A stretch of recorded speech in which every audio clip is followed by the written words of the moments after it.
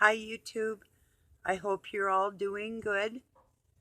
It's a beautiful day today. We had a little bit of sprinkles, showers, little rain off and on, but not too bad.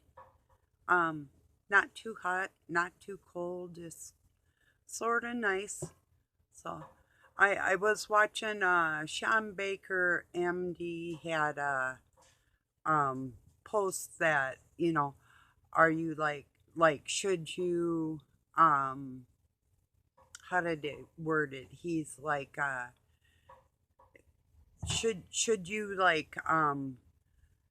not pressure your child, but should you be like really strict with your child's health and whatnot, as far as if your child is overweight or whatever? And I wrote, yeah, see, because well, for me, uh I had my kids, the Masons were able to get my kids for visiting at their house, although I took them to court to try and keep them away.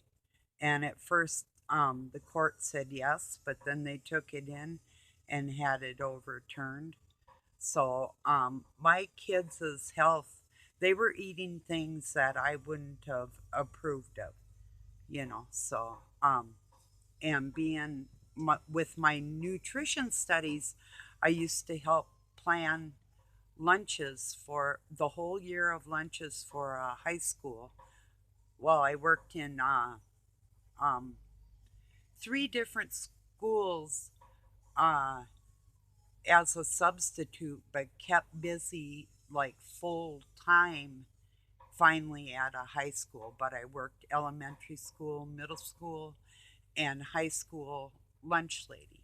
And then with the high school, I helped plan the whole menu for the year for the kids.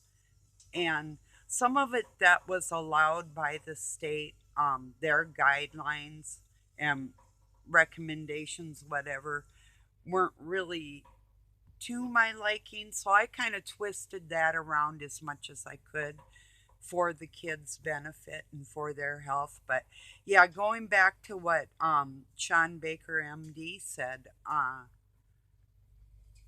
it is a touchy. There's the thing is the difference between malnutrition, being skinny, or malnutrition, being overweight, is possible too. Either way, your nutrition is like off balance in some respect, and um, but anyway, back to my kids. Yeah, they suffered for being around people that weren't as conscious and aware of keeping fit, you know, that I wanted my children to be. So literally, they had a hand in, well, more than one way of trying to kill my children. So, yeah, it's very important. And I would say, yeah, if you can keep your kids away from the garbage and the sugar, yeah, as much as you can. You know, even natural sugars are can be really dangerous. You know, I'm a omnivore. I eat some of each. But oh, the really weird thing is, Peter Benton, hi, if you're watching, the other day I haven't had ground lamb, but I do like mutton. So, but your lamb burger with cheese sounded good. And so I started thinking about that. So tonight I don't have any lamb, but I'm going to step it up because, and I don't usually like mixing meats at all for no reason, but I have been craving just well since this morning, and so I'm going to make it. Uh, um, cheese, a bacon cheeseburger is what I'm making for supper with chips on the side. And then after that, I'm gonna like throw away any junk and mass quantities of fat for a while. I'm not really caring right now because I'm building muscle anyway. And so I don't really worry too much about getting on the scale or anything like that. It's like, nah, it's like, you know, yeah, I'm showing off a little bit, but my legs are really strong. Like all of me's pretty strong. So, but yeah, so I don't worry too much about getting on the scale, and I never really worried about that with my children like that either. But then, after my adopted parents moved further up north, my kids spent less and less time with them. And I was able, they literally within a few months, um, well, about a half a year of weekends, gained like one gained like 30 pounds, and the other one, the youngest one, gained like 40 pounds. And it took me, well, for the it, they actually did it themselves, but I started them back on the strictness. Just really good meals, and I'd give them desserts and stuff, but just not all starches and fats and sugars. It's like, well balanced meals and activity, and which is a big deal.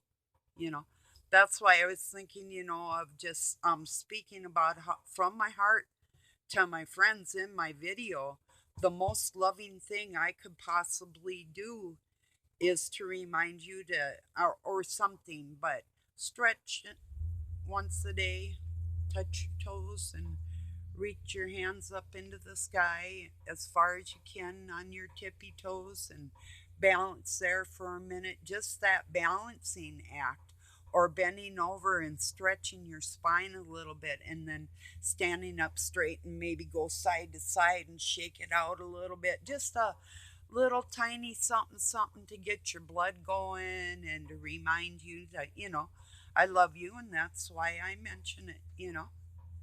So otherwise, it is out of love. I don't, I'm not bringing up the exercising and everything to put anybody off at all, or to put anybody down at all, or anything. I've had to struggle so many times in my life to get back what I might have had, or to do better than I currently am. Those types of things. So many times in my life with injuries and children, and all of it, whatever, and it's not easy. It really isn't. I wouldn't go so far as to say that the foods that we buy that are nutritious um, are more expensive than the ones that aren't.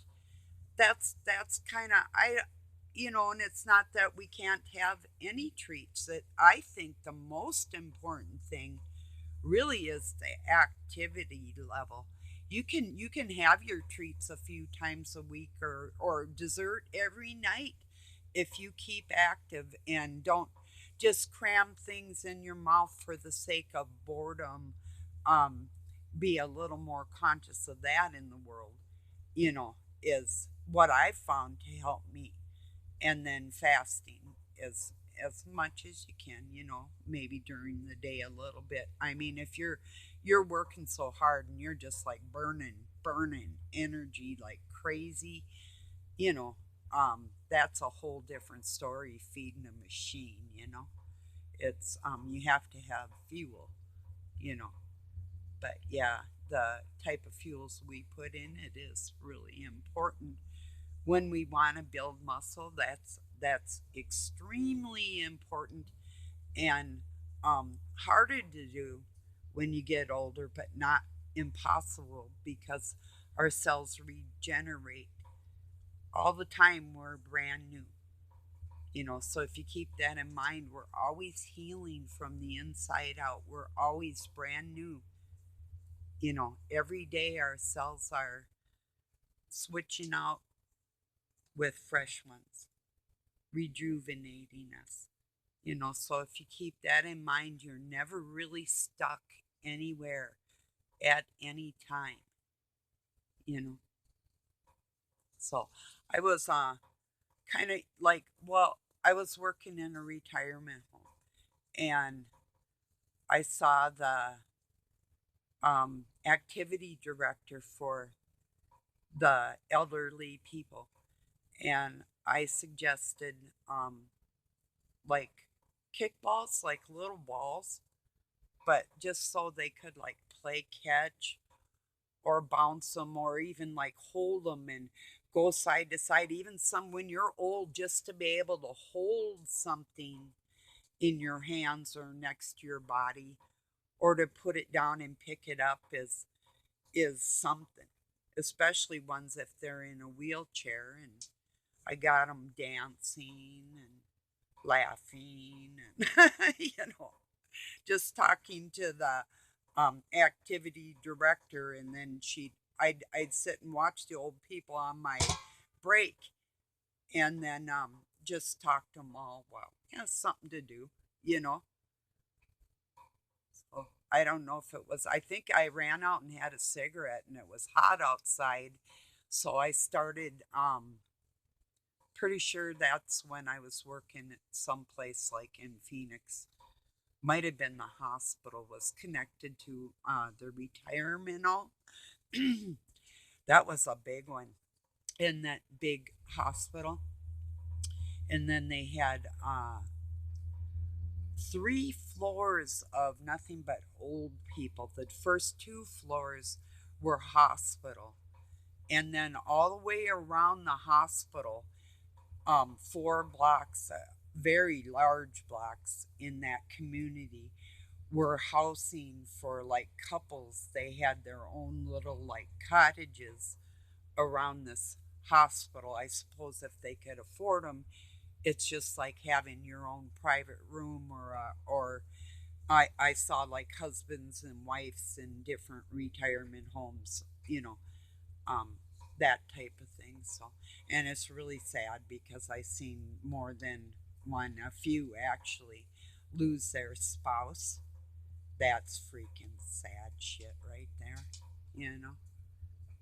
So, especially if they were close. I mean, regardless, even with divorces or what in life, that it takes its toll. I mean, you leave a piece of your heart with everybody. Hopefully, it's a good impression, even if it was a bad situation. Hopefully, anybody could ask for is that to keep the good memories with you and say, hey, they were beautiful, and that's a part of my life, and that's where that is. And it's like when I met Doug too.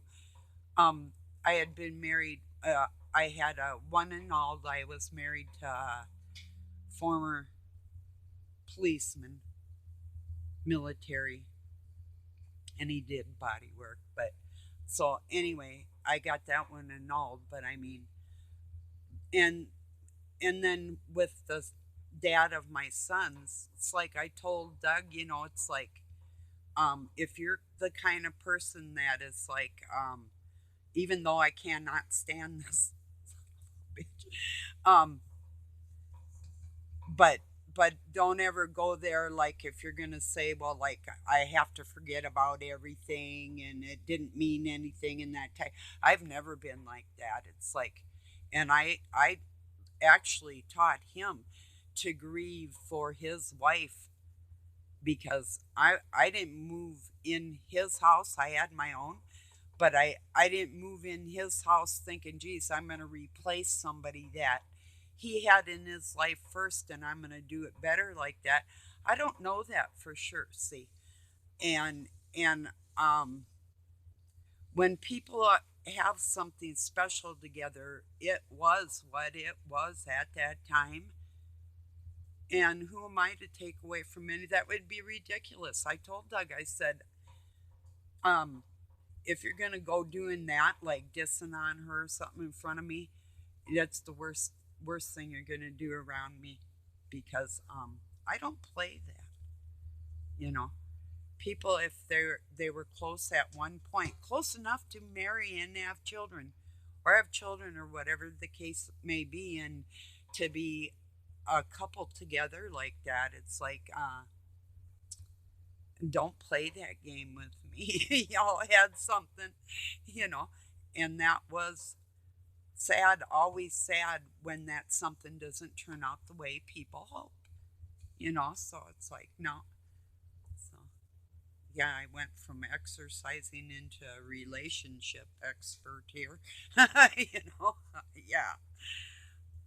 Well, yeah, I've been with Doug for over 3 decades, and I was long term with my um, children's dad too. So, and that first one, I got out of there as quick as I possibly could, and that was the dumbest thing I ever did.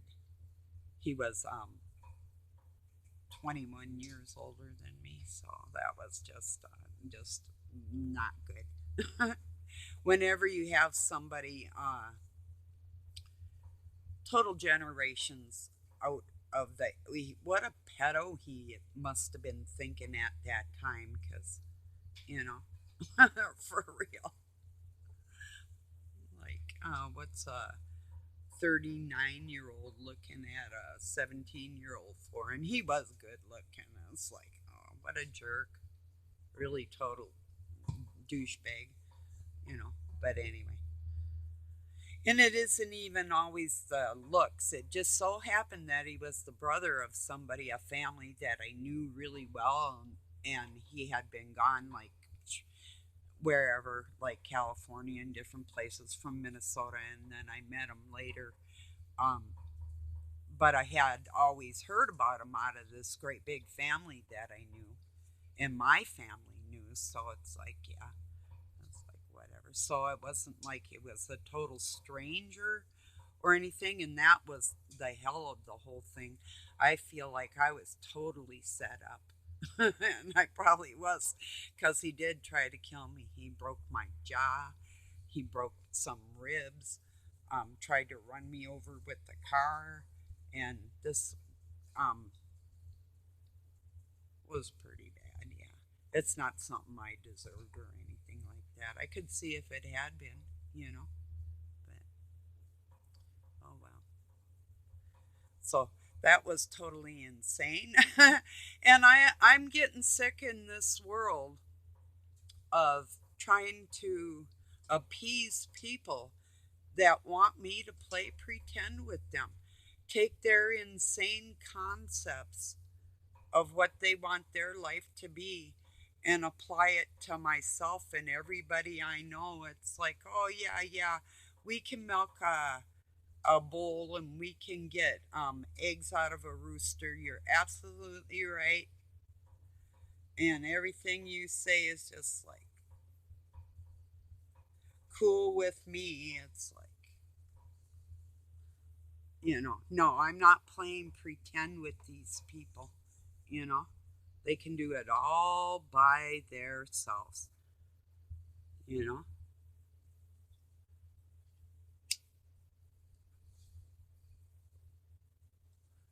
Yeah, you know what I'm talking about too. It's like, yeah, it's ridiculous. It really is. And you know what? I heard a story about. I can't remember the state it happened in. I'm gonna say, I am not for certain, so don't quote me. But I think they said Madison, Wisconsin, United States of America.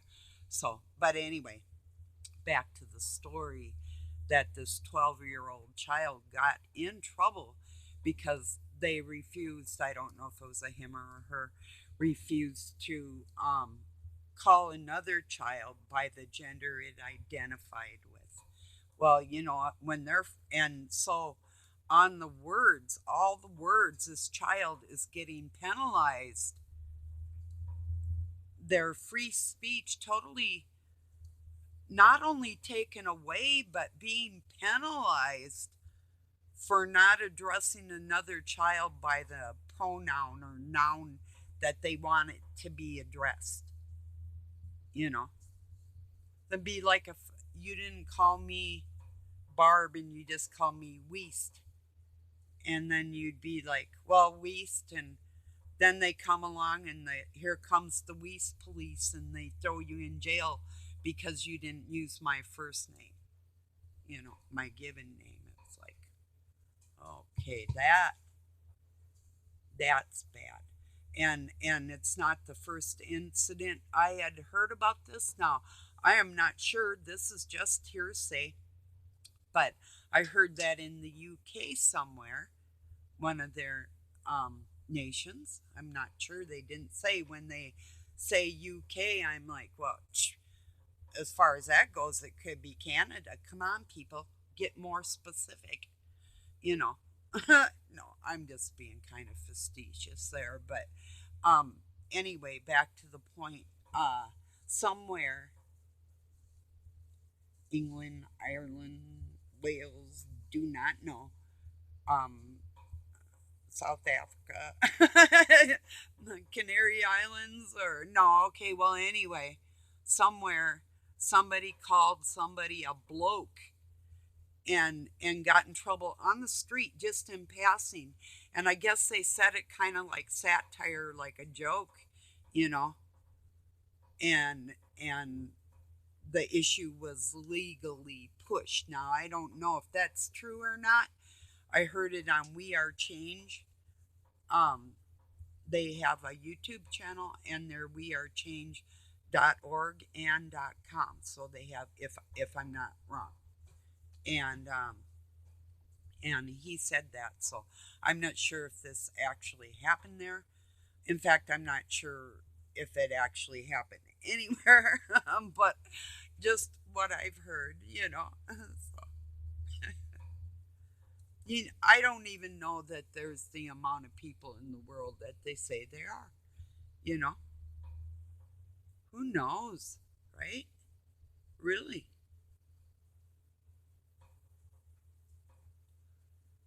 I mean, I've been around most of the United States, all but a few states, and Canada and Mexico. And from what I could tell, there's an awful lot of land. At least in the Americas, there's a lot of land, and it might be like a crowded house in other parts of the world, but I don't know. Seems to be plenty to sustain everybody. Wouldn't be any problem without interference. And that's the thing too. You have like these people say if you have like dog ordinances or leash laws or whatever you have in your area, or whatever, and we all know like we shouldn't steal or murder or whatever, and should take care of our animals and clean up after ourselves, and we can police ourselves and govern ourselves, and we know we're fully aware or capable of doing that. So and I know you understand and would agree with me that the majority of the people don't need to be governed. That you have your one or two in a crowd, or like one of your neighbors out of like 100 or whatever might be a little flaky. I don't know. There's an awful lot of weird people out there. I don't. I don't even have 100 neighbors. Maybe. I don't know. So what do I know, right? No.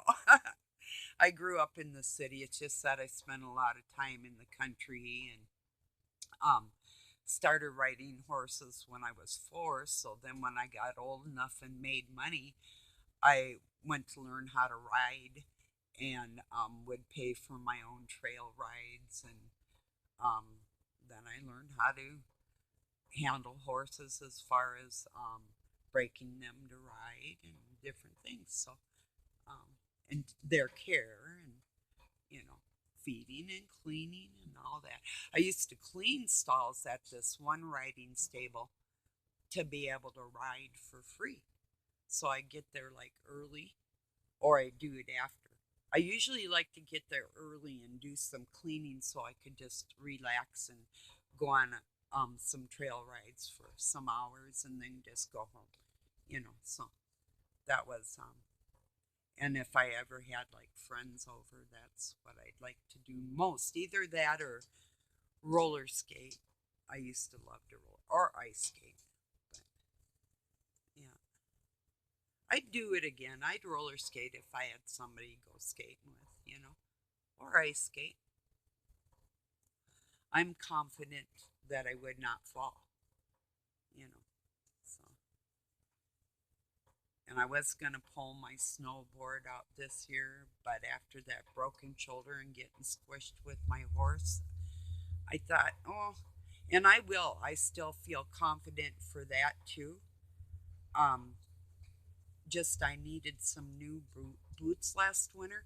I have Soros. I have some really big snow packs, but I have to get something a little different to snowboard.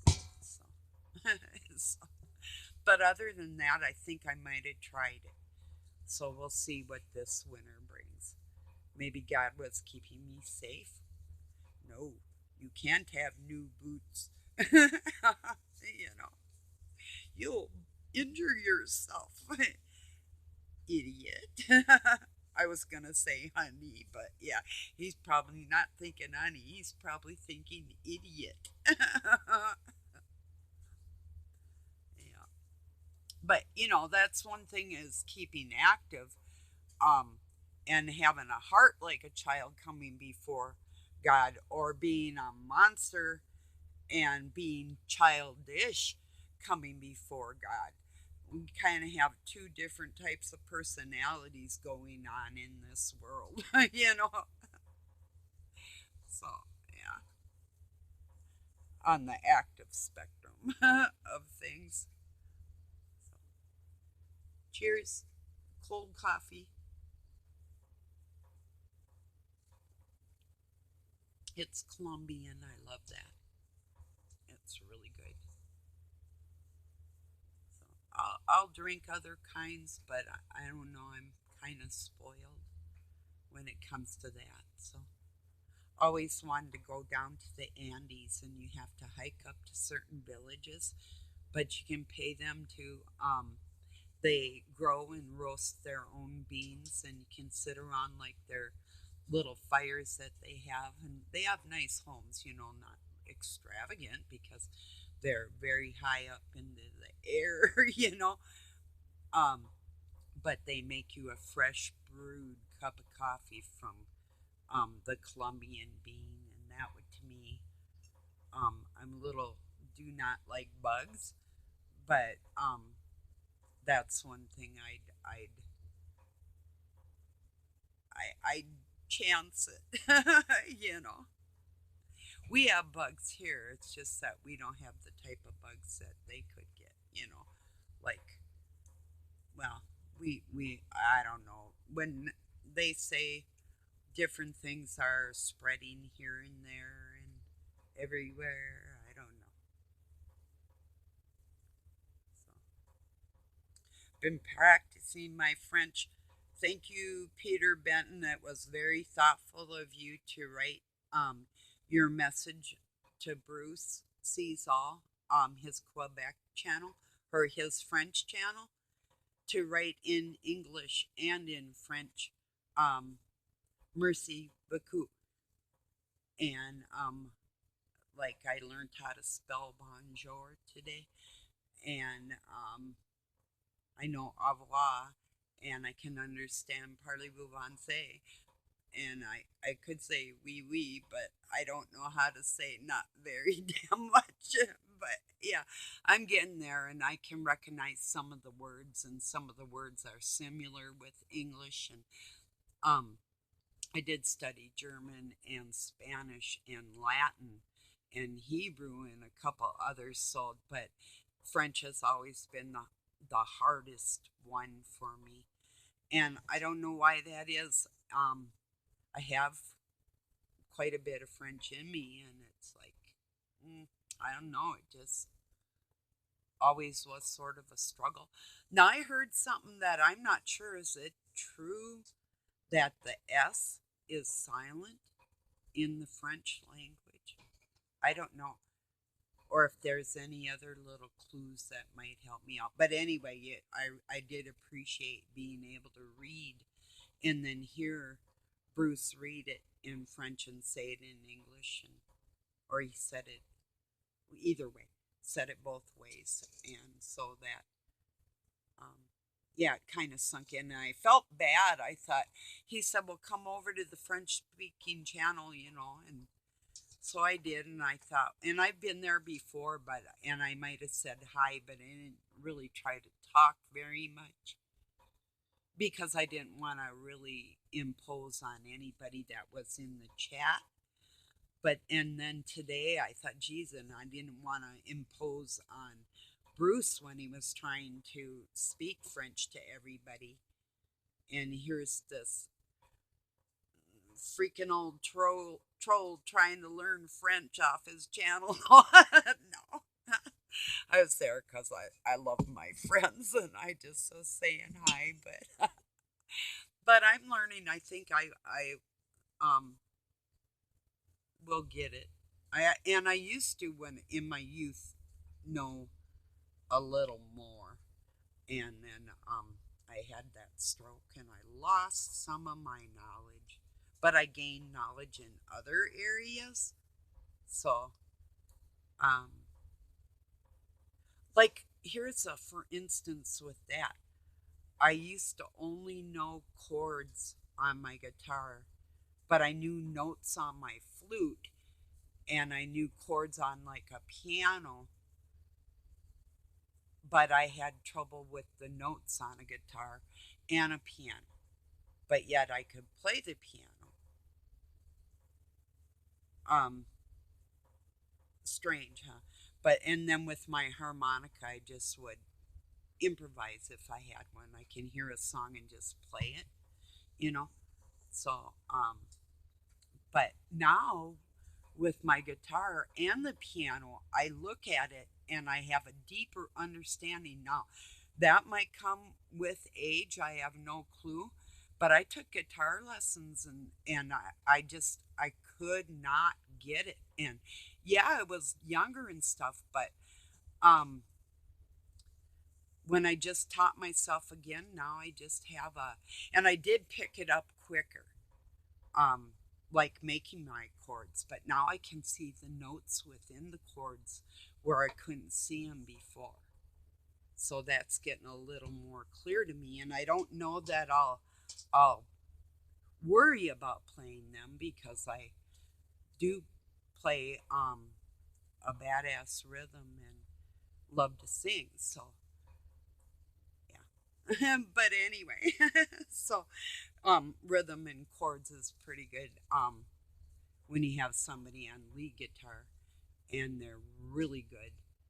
Somebody like Bruce Seasall can really play. It's really good. So I don't know. Some people, you know how you can listen to people and you like their music and their playing and everything, and just about anything they play, it's not bad at all, and you don't get sick of listening to them.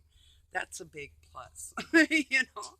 So, so I'm just not bragging for him or whatever, you know. It's like no, this man has talent, you know, and with his moon and sun and UFO videos that he makes, and the time and equipment and everything, and his community, everything.